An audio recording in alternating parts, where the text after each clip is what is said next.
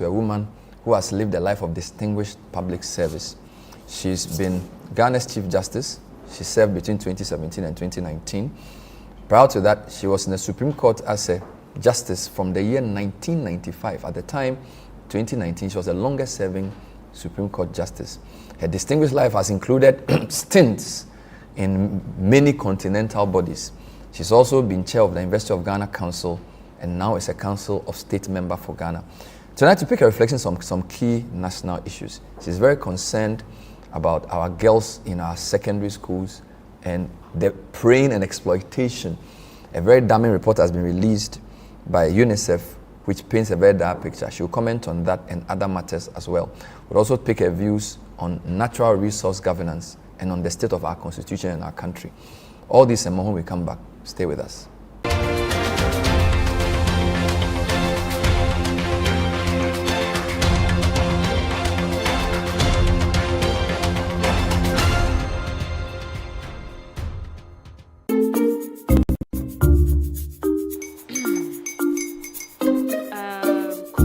Uncle are almost here. Wait a minute. This one too, your friend Kwame. Wait, Kwame. As in the same Kwame again? Yes, Mommy. The second coming. Into all this tension just to reintroduce that broke boy from Kaswa. Why would you deceive the family like this again? Now I understand the whole delay. Troll from Kaswa dear. Why wouldn't he be late? Or be late, of course.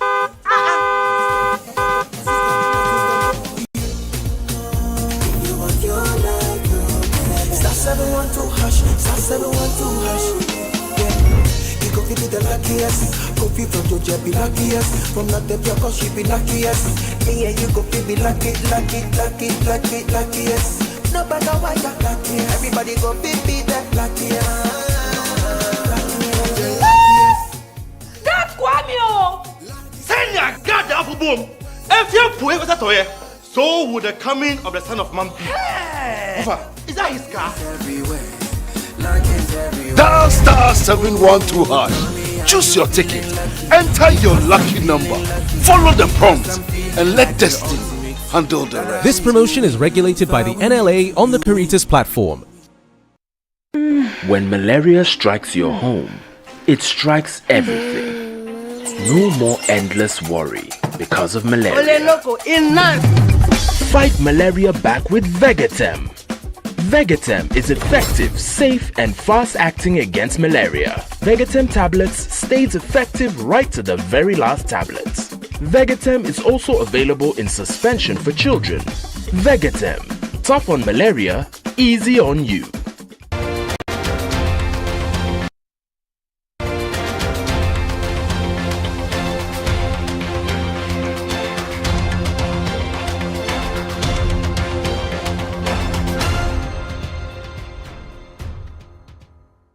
Welcome back. So, Her Ladyship, Justice Sophia Akuffo, is our guest. Welcome to the show. Thank you very much. How are you doing? Doing very well. Some people like to retire. You don't retire. You've been in public service for... I've been calculating, became a Supreme Court judge in 95. So that's 30 years ago. Mm-hmm. And you are still in public service. You're on the Council of State. And you are still with IEA as a distinguished fellow.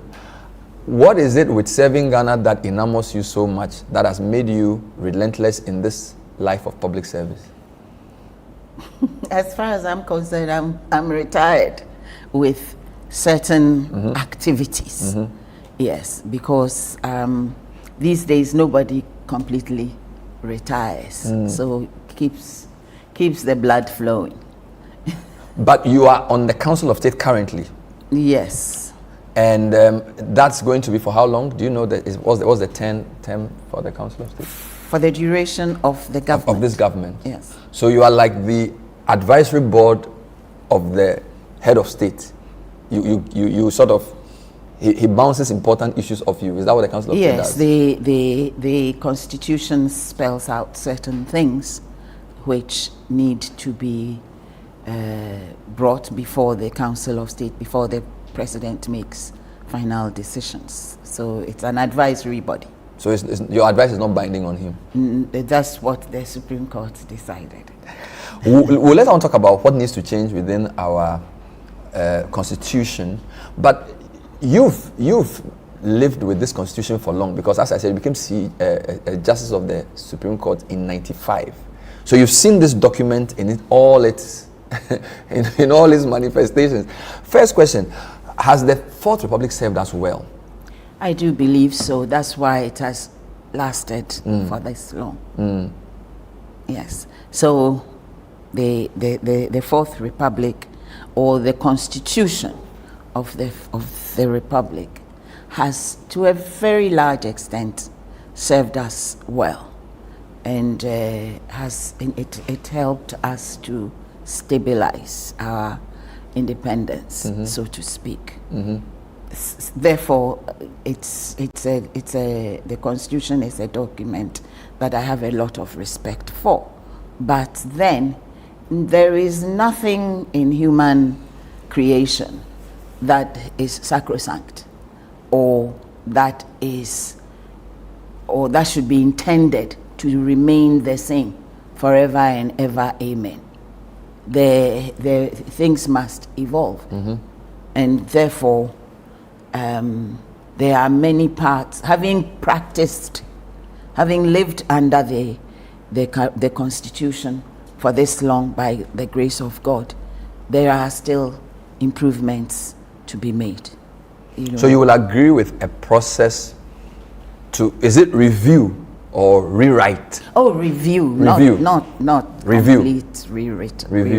Review. There are parts that have served us well. There are parts that have served reasonably well, but could do better after we have practiced it for a while, could do with some tweaking here and there. Yes. And there are some parts that should be revised.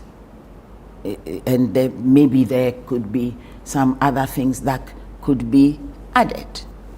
There's a general view by a lot of those who feel the Constitution needs to be reviewed that it gives too much power to the executive. As a general, they say that's the texture they get in whether the manner he appoints people in the police or the army heads, or even the relationship between the executive and the other arms of state. They feel like at the time, maybe that worked, but having done this for 33 years, the Constitution needs to be re-looked at in rebalancing the power. Is that a view you yes, you agree with? I endorse that. I endorse that view. There are a number of constitutional bodies, for example, that are set up. How appointments are made to those constitutional bodies could do with a revision, so as to enhance the independence. It shouldn't be apparent independence. It should be real independence. Independence in outlook, independence in the distance between the operations of that institution and the executive, or even and the legislature for that matter. When it's supposed to be an independent body, independence must be seen to be done. And there are too many, practically all the constitutional bodies, there's too much involvement of the executive. And things have evolved. Even in practice, we have seen the shortcomings. And if we take a world view and we are looking at international best practices have also changed. Some of these methods of appointment, maybe we borrowed from somewhere else or the other, and some of these have also changed even in the places where we were borrowing them from. And we need to. That is one of the reasons why there have to be these changes. Must the review also take into cognizance the recent, I know you don't want to go specific into details of the former CJ, but at least the idea of securing the judiciary, because of course you've served your whole life almost in the judiciary, from executive dominance. For example, some people feel the way 146 is written and the way it manifested in the previous case is not a good example. So if there's going to be a review, 146 must be looked at again. Is that something you believe? Not only 146. It's important to reconceive the judiciary and how appointments are made, judicial discipline, removal from the bench. All these need a second look. I have a very passionate view, and I have had it for quite a long time, long before recent events, about how the judiciary is appointed, because the manner in which that the appointment is made leaves a lot to be desired. There is not much transparency in the process, and it's important for that to happen, because otherwise then it leads to all kinds of speculation. Oh, this one got appointed because of this and that, and so on and so forth, because they may not know the reality of the qualifications and the merits of the appointment, because somebody was picked and some name was dropped and so on and so forth. So there's even the appointment. So the methodology of the appointment leaves a lot to be desired. And the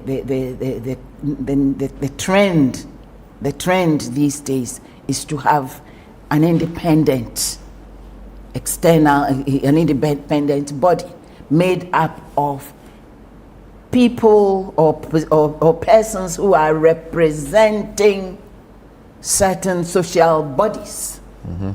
So you're there not because some political person liked you. You're on that body because you're a member of a certain group. So it's like the National Media Commission. It's representatives of various bodies, and then they choose their head. Exactly.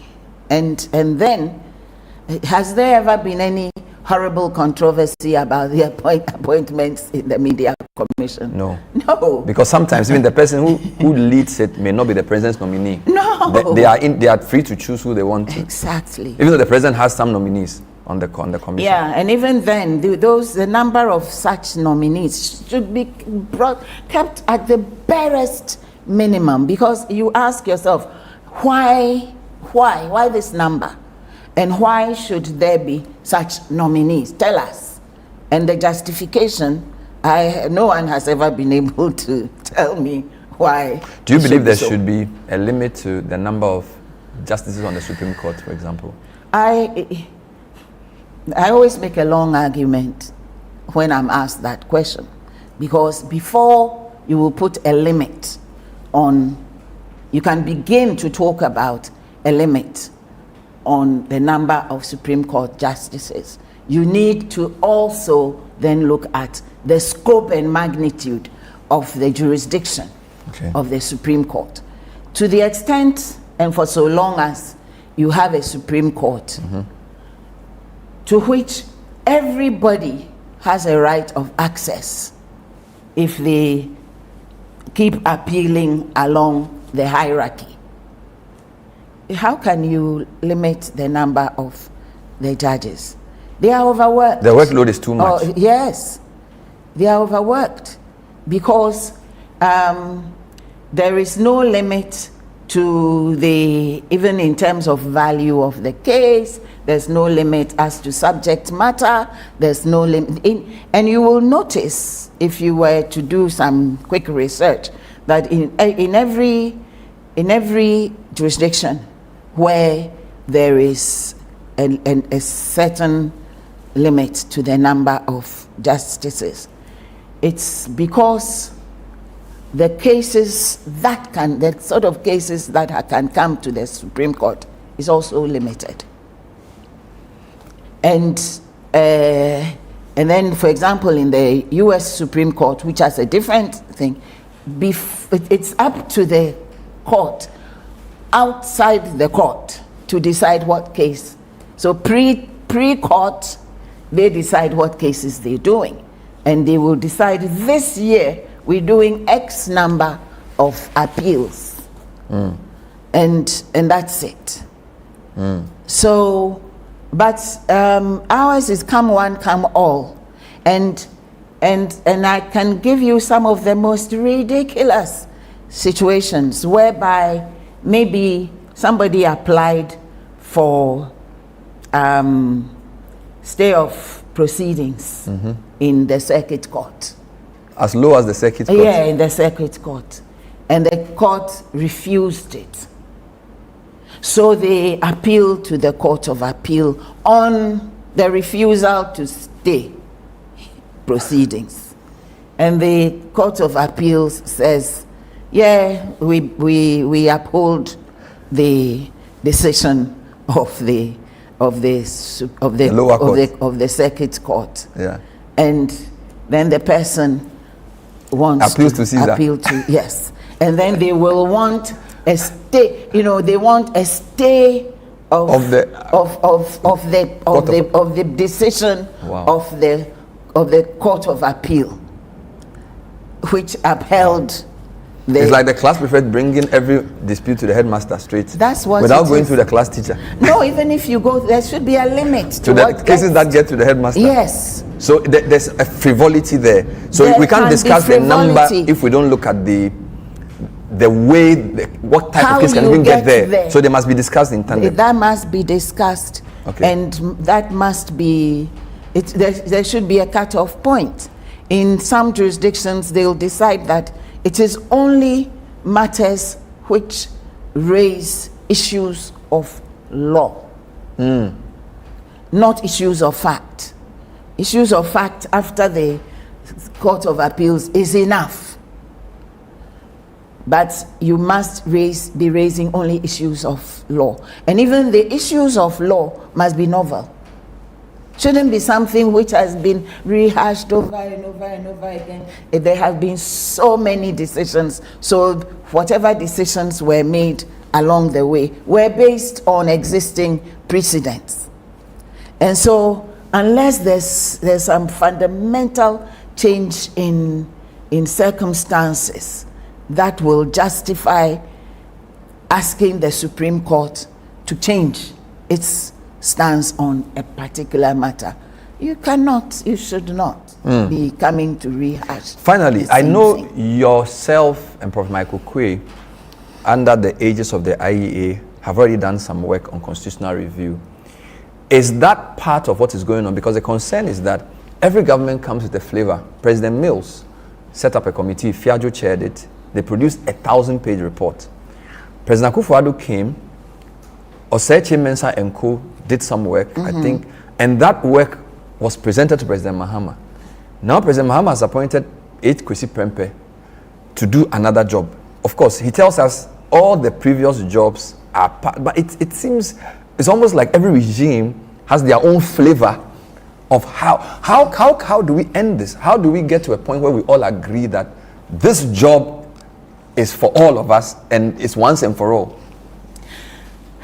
Well, we just have to agree as a nation, or the decision makers have to simply agree that once the Prempeh committee comes up with its recommendations and it goes through the necessary processes and we vote on it, let's live with it and work with it and see what happens. You see, because we must never proceed on the concept that the Constitution is cast in stone. It is not. It is not cast in stone. It must not be seen as cast in stone.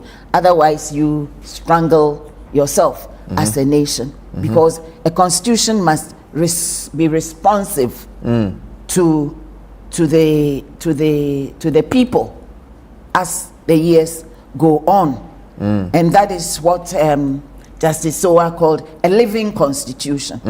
It is responsive, and it must have meaning from generation to generation. And the only way it can have that, partly through judicial interpretation and construction and things like that, that's a judicial evolution, but also through periodic reviews, revisions that will catch up with the times. Wonderful. Yes. This is the point of view. We're speaking to Her Ladyship, Justice Sophia Akuffo, reflecting on many things. When we come back, we'll delve into a very troubling report that the United Nations Children's Fund released, Sheltered Yet Exposed. The report found that close to 52% of female students in HSSs were sexually assaulted over a 3.5-year period. It raises some very serious concerns about how our females in school are preyed upon. We'll discuss some of those. Later on, we'll also talk about natural resource governance, one of the pet subjects of the IEA. Stay with us.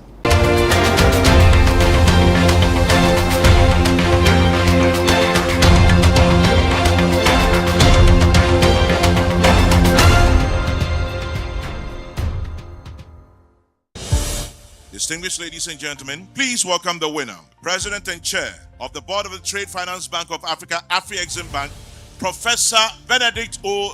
Rama. In navigating financial challenges in our region for sustainable development, when we look at challenges, we also know that challenge is one side of a coin. You have challenges, we also have opportunities. And that is why Afri-Exim Bank has grown the fastest in times of crisis. I also thank organizers for considering me worthy of this prestigious award, which I will cherish all through my life.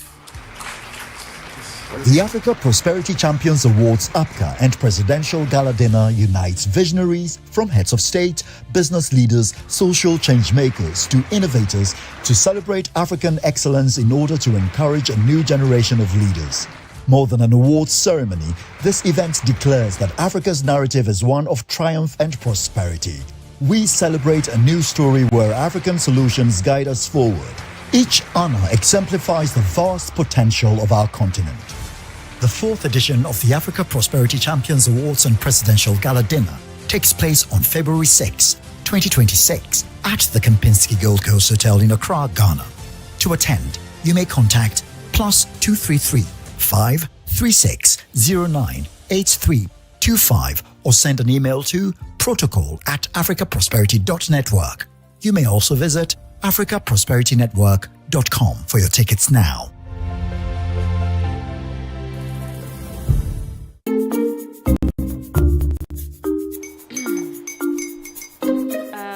Kwame and his uncle are almost here.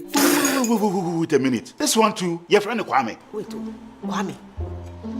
As in the same Kwame again? Yes, Mommy. I'm the second coming. Into all this tension just to reintroduce that broke boy from Kaswa. Why would you deceive the family like this again?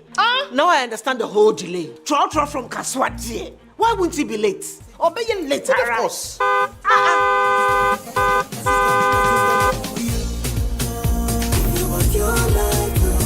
Star 712 hash, star 712 hash. You go be the luckiest. Coffee from Georgia be luckiest. From Natepia, cause she be luckiest. Yeah, you go be luckiest. No matter why you're luckiest. Everybody go be the luckiest. That's Kwame! Send your God the apple boom. If you put it with a so would the coming of the Son of Man be. Is that his car? Dial star 712 #. Choose your ticket. Enter your lucky number. Follow the prompts and let destiny handle the rest. This promotion is regulated by the NLA on the Caritas platform.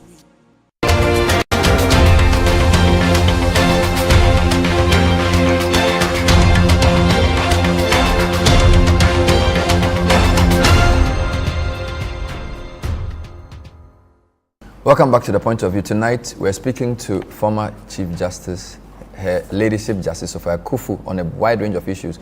We started talking about the Constitution. She shared a few views on those. But the next segment will focus on a very troubling report. So a report by UNICEF and the Girls Excellent Movement revealed, this is 2023 by the way, that 51.9% of females in HSSs were sexually assaulted between 2019 and 2021. The report, titled Sheltered Yet Exposed, said 54.3% of those girls were between the ages of 17 and 22, while 45.7% were aged between 11 and 16. It said these acts were perpetrated by friends, family friends, schoolmates, teachers, and strangers. Friends topped the chart with 24%, family friends 12%, schoolmates 12%, teachers 10%, and strangers 9%. For somebody like you who has served at the highest level as a woman, hearing a report like this is not too dated, right? No. It irks you, I'm sure. Why should this be happening in 2023, 24, 25? What are your thoughts? It's very disheartening that, it's like there's a certain adage, the more things change, the more they remain the same. Because it's almost as though we never moved. And it seems to me, it comes from a certain conception that, I will use the word conception rather than perception, that when you're a female, you're fair game, and indeed, when we were young, you were brought up to believe that every male, other than those at home with you, not even including the houseboy or the employees, are all predators, and therefore watch out. For my mother, that was her rule: stranger danger, watch out. And it's a shame that matters have not improved, even though we've got all sorts of laws now which have been well publicized. We've got special courts that deal with gender-based violence and so on and so forth. But it worries me. In fact, I realize from these statistics that even this stranger danger is even misleading, and therefore we need to revise. So it's not even strangers. The advice we give to I give to my granddaughter. It's not stranger danger, male danger. Maybe that's what it should be. We should go back to my mother's concept, male danger. Is it a question of law or values? I'll give you an example. Last month, a video emerged of a teacher in a school called KNUST SHS who was seen behaving inappropriately with a student. Now, the discussion on social media seems to suggest that if the student is 17 and is of age, it's not such a big issue. Of course, a lot of people condemned it, but there was a bit of tolerance, and in fact, if you listen to some of the media discussions around this, they were trying to say, well, the girl knows what she was doing, why are you blaming only the teacher? And there's a lot of that. So are we fighting a losing battle if all we focus on is the law? Because it seems to me that you may change the law, but if a person's thinking around appropriate behavior is wrong-headed, I'm not sure you will succeed in changing anything. But you see, the law is only part of the toolkit. Whether it's even, you take any crime, or for that matter, any civil offense, the law functions as part of the toolkit, where when all else fails, that should not fail. Okay. But other than the law, there's also upbringing, there's also socialization, there's also morality, there's also common sense and decency, and a whole load of other forces that should work together. And so, for, when you, in a society where somebody who is, in law we will say in loco parentis, somebody who is in the shoes of a parent, that's a teacher, that's a boss, that's anybody in a position superior to that of the survivor. I don't like the word victim. Yes. And so, somebody who's abusing, a boss who's abusing his or her position, for that matter. Any person in a position of power who is abusing it, it is wrong. And the fact that you're 17 years old, and I have to tell you, I was never molested, but I think there will be very few females of any generation who do not remember some dirty old man somewhere along the line who, it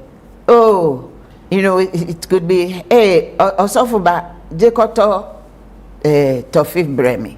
And then when you come, he's trying to entice you into his room to bring you the sweets. And if your mom has not warned you, then you follow him into the room. There's always, the predators are always there. And unfortunately, we still have in our society a vestige of, oh, don't talk about it. Oh, it's embarrassing. Oh, it's shameful. Oh, and what did you do? What did you do? Yes, look at the dress you're wearing. And that sort of thing, where there are all kinds of justifications that in some total amount to enablement. And we need, as a society, so basically, in answer to to your question, it's a whole social matter. But let's come to the schools. We've had programs where people have called in to say a lot of our girls in secondary schools are being preyed upon by their duty bearers, whether it's a teacher or, and they feel like the way the educational service punishes errant teachers is more with transfers, and that there needs to be a stronger view of punishing offending teachers or duty bearers in a way that is more exemplary. I don't know what your reflections are on that. Some people also think we should even take it away from the GES and let it be dealt with as a criminal matter, because there are lots of times where the big punishment for a teacher found misbehaving is a suspension or a transfer. That's typically what tends to happen. That should be beside. That should, because after all, okay, maybe it depends on whether no, there was harassment. A crime. I'm not even talking about not necessarily not a crime yet. Yes, so maybe you have a 15-year-old student in SHS2 in an inappropriate relationship with a teacher, where they are texting and talking to each other in a way that is clearly unethical. Okay. Do you then? I'm not sure it's a crime, so I'm not sure how you're going to deal with that. It will not. That's the thing. It's sort of borderline, because it's ethical, you see, ethically wrong. It raises ethical issues, professional ethics, and even social ethics, because an adult should not be relating to a much younger person in a certain way. And in some jurisdictions these days, they call it grooming. And that will also be dealt with as a kind of offense on its own, because misdemeanor. Even if it's just a misdemeanor, it is still an offense. So, because sometimes in crime prevention, you don't want to reach the edge of the cliff. You would want to start putting up the barriers at least half a mile from the edge of the cliff. And And we really need to take a full second look at how we deal with crimes and offenses. Let me use the word offenses. Offenses against younger persons. I'm also using a gender neutral because some of the expression. You say you don't like the word victims. Some of the survivors are boys. Yes, and sometimes their situation is even sadder and more heart-wrenching than with the girls, because society is more ready to even hear the complaint from the girl, or even to begin to suspect and quickly come and rescue the girl than the boy. And the boy, they wouldn't even know how to tell their mom. Yeah. And if you can't tell your mom, who can you tell? And they might not even, when it happens, they might not even be able to tell their best friend. They don't have anyone they can whisper to. And in many cases, it's years after that they might speak about it to somebody else, and the agony, the emotional agony they went through. Abuse of a younger person is abuse So of are a you younger proposing, person. for example, that our laws should now have a category for grooming? For grooming, Which, because I'm not sure there's any, I'm not a lawyer, so I may not know this, whether grooming in Ghana is an offense. I don't think it is an offense. The person didn't quite jump into the lake. So but in UK, it is an offense. I think in the US as well it is. Yes, because grooming can go on for years. And sometimes the sad thing is that it will be under the nose of the parents. If the groomer is a person in a position of trust, and it will go on and on and on and on. And sometimes the grooming will begin to make the younger person feel uncomfortable, but they don't know what to say. You haven't quite attacked them, so they don't know what to say, but they know they are feeling uncomfortable, and that's why maybe you should lead a campaign on refining some of the laws around that area, because you are obviously equipped in that area to propose some changes to our criminal laws. But let's still. Will you join that campaign? I'm putting you on air because of this. In fact, I am here because of that. How concerned are you about the paucity of numbers of our women in public office, particularly when the affirmative action law, at least on paper, I think the law has been passed. It has been passed finally. Sheila Minka Premo and her people have finally gone through. But I, of course, we should celebrate that. But if you look at how affirmative action manifests in actuality, we still have a long way to go, don't we? Yes, we still have a long way to go. And just as it took decades, I do believe decades, because Sheila and her group were at it for ages. Just as it took decades even to get the act to pass, even though it was a bill for 1,000 years. Yes.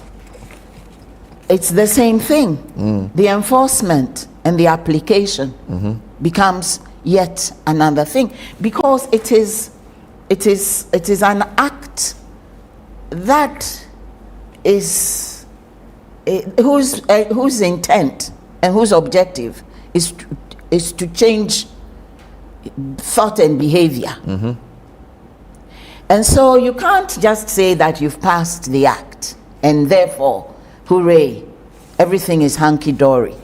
So there have to be legal actions, there have to be more talks, there have to be more awareness raising, there have to be we need to talk about it more than we have been doing. I would like to see maybe practically every day on some channel, on one channel or the other, a discussion going on about its provisions and the ramifications of the provisions and so on and so forth. But at the same time, we also need a whole load of revised regulations, regulatory, consequential regulations, which are aimed at actualizing the act. In many countries, they would then decide that they would even give percentages in terms of public positions. In some countries, I think in Rwanda, for every position occupied by a man, either the boss or the deputy has to be female, and so on. So it should be as aggressive like that? Oh yes, it has to be, because when you're changing behavior and mindset, it doesn't come naturally. Do you think our political parties have a better role to play here in their primaries, where they could agree to allow some seats to be contested purely by women? Because we are 41 out of 276. That's so low. Would that work? Without an act that specifically requires that each political party must ensure that they field not less than X percentage candidates. Exactly. And then there's also, for example, in Uganda, where there's a requirement, they have certain percentages for youth representation, for representation of the armed forces, representation of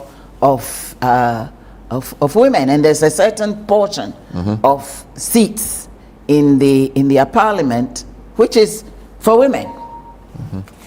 Although women can compete with men for the general seats, there's a certain number of seats which only women can compete for, and you need to do that.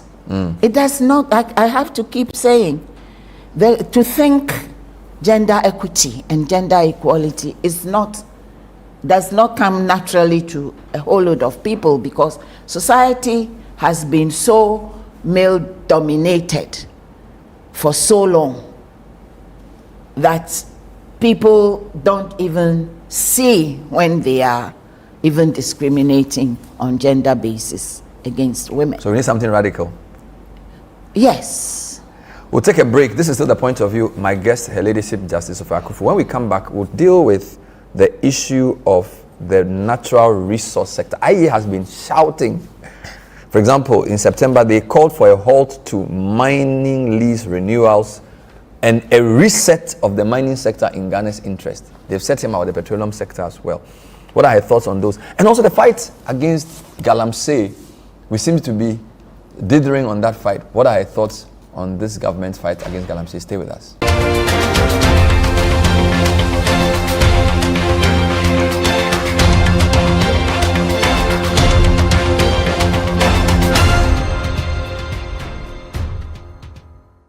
When you buy, you build. Your purchase becomes progress. Each choice writes a better story for someone else. Afro-quality. Buy African, build Africa.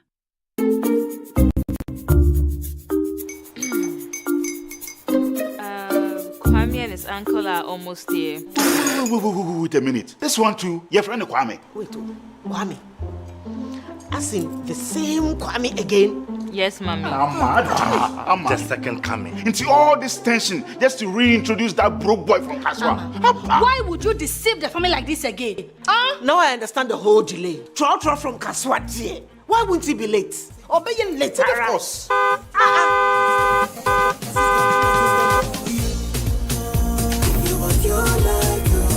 Star 712 hash, star 712 hash.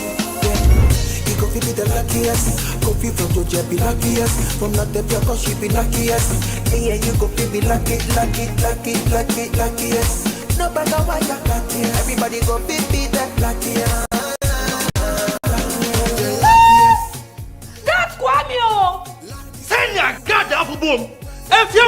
toye, so would the coming of the Son of Man be.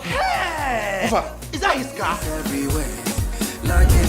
Dial star 712 hash. Choose your ticket. Enter your lucky number. Follow the prompts and let destiny handle the rest. This promotion is regulated by the NLA on the Caritas platform.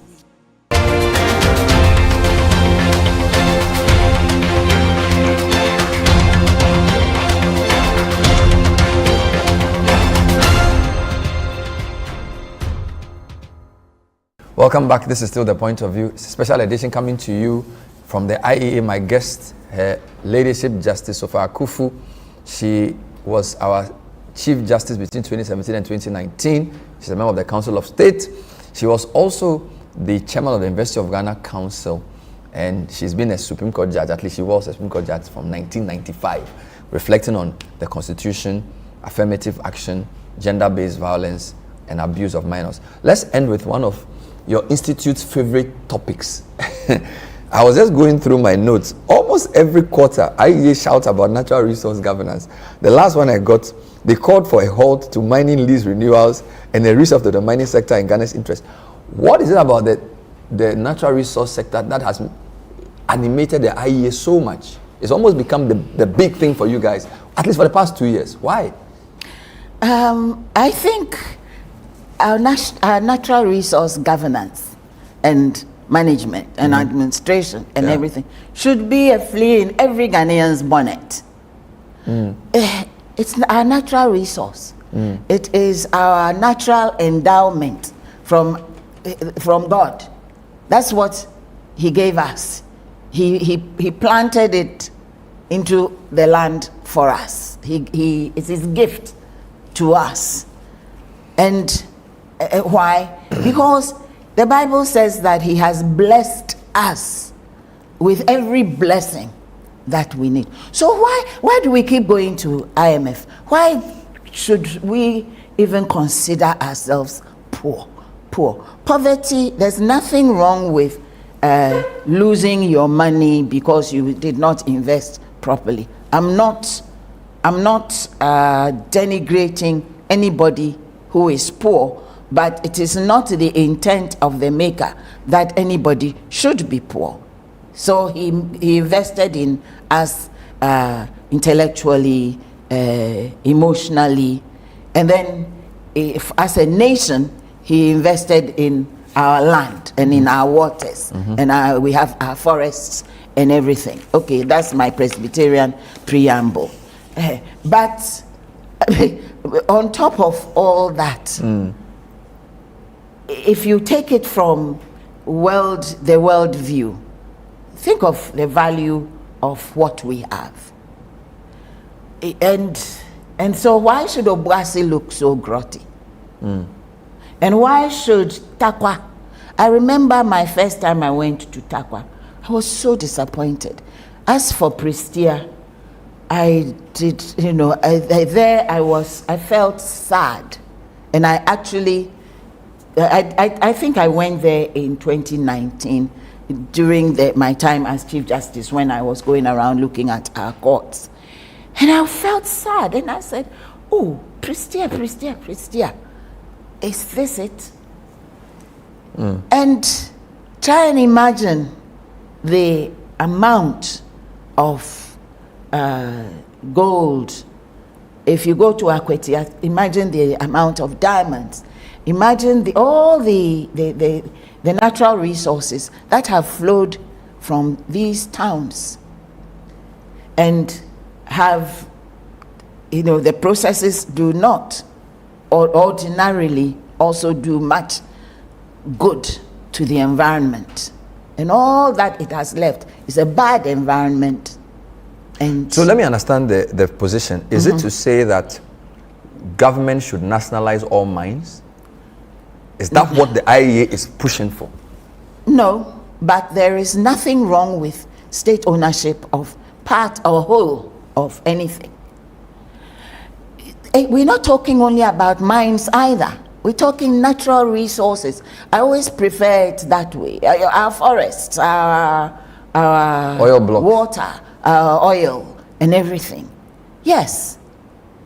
What's wrong with state participation But your lady, the state does have carried interest in, for example, the latest one, the Lithium, the Awoya mine. There's a carried interest of at least 11% for the state. And why 11%? With royalties of about 13% royalties. Yes.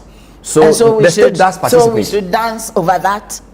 So that's the question. So are you saying that you want the state to have more or all? Yeah, well, why not? There's nothing wrong with that. The state can own the entirety of the activity and contract out the services. What's wrong with that? Service contracts. What's wrong with that? Do we have the capital to exploit? The capital is in the ground. What about the technical know-how? Why do we keep that I'm asking a question. Because we've been mining since... We've had School of Mines. Yes. We've had University of Science and Technology. It used to be an institute. Then it became a college. Then it became... We have produced so many engineers of various types. In Takwa alone, they've always had an institute, which is now even a university, isn't it? Yes. And when you go to quite a number of the internationally known mining companies around the world, you will always meet at least one Ghanaian who is there. They stole that Ghanaian from Ghana, and that person is working on their mine in some other place. Technical know-how, we have it, and if we don't have it, we can also buy that. That resource we have under the ground, that's our capital. So you think there should be a reimagining of how the relationship between the state and foreign capital deals with our natural resources? Yes, generally. and the state and let's say the state and non-state capital, because that non-state capital can also be Ghanaian capital. Yeah. Why do we think that we don't have rich Ghanaians? Well, that's a different economic question. We've had the nation recently go to the international market to look for money, to even do basic things as pay salaries. If you remember, we got into a big crisis in 2022 because the then government had gone to the international capital markets to borrow at very expensive rates. So the view by the political class is almost as if tax revenues are not enough. And for some reason, borrowing is the way to go. And since they don't have access to what is called concessional loans, they did go to loan sharks in the international capital market to borrow money. So that's the reality the finance people will say to you. That's all. I personally think that's all Kwekwa Nancy's story. You don't know economics. I don't know economics. They say they know economics, and then they come and tell you an answer. And then when everything goes wrong, they jump into the corner. And say, corner of the room. You know, we do need to we need to, there's this mindset we have that there's only a particular way for the nation Ghana to monetize its natural resources. And that formula, that is what I call the Gettysburg formula, the Gettysburg formula, which is you give it to some foreigner. They do all the work, and then they will tell you, okay, this is your share. This is your... They pay royalties, and then you have a carried interest, which you can... And all that. You disagree with that? I disagree with that. But let's give a good case study. As we speak, we discussed the Awoya Lithium project in 2023. There was a big discussion about whether the terms were favorable or not. It's been 2 years. Parliament hasn't ratified it. The company initially employed 167 people. 100 of them have gone home. They have only 62 employees because, according to them, the process is delaying. All right. So you've had 2 years to get the company to start exploiting lithium. They've not been able to do it. And 100 people are sitting home who initially were employed. That's pressure. A government wants its people to work. So how do you, so what's your advice on how they should resolve this Awoya issue? And what is holding up? I think Parliament hasn't ratified the Awoya matter. Parliament hasn't ratified the deal, and they're also saying that the price of lithium has changed to a point where there must possibly be a renegotiation of the terms. This is my understanding of the situation. Listen, lithium, once the world has decided that it is no longer going to be digging oil, relying only on hydrocarbons, and that it is now going to be going more into electrically generated vehicles and so on and so forth. And then lithium is part of what is needed for that. Yes, like gold. Right now, gold is riding high. Some time ago, gold was down there. It's a commodity. So don't let anybody bamboozle us with lithium price and lithium price. That lithium under the ground, are we feeding it? Are we paying rent on it? We're not. Let it remain there. What stops Parliament from doing its due diligence? If right at the beginning, the government plus the mining company had done their homework, basic homework, what does the law of Ghana require? Then they will not have this situation. But they thought they could jump the gun.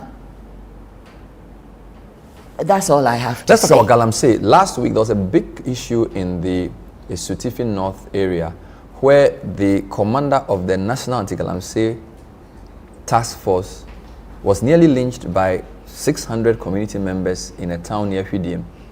It took essentially reinforcement of police to save him. What is your general assessment of this government's fight against Galamsey and the way it appears to have become intractable? Well, you know, Galamsey did not become intractable in 2025. Galamsey became intractable quite a long time ago. And we've been playing games around it. We've been dancing around it. And it has become a political issue till it has reached a time when it has grown so many teeth and fangs that it is killing and poisoning people, everybody. So I'm not in a position to evaluate what the government is doing, nor am I even in a position to advise the government what to do to curtail Galamsey.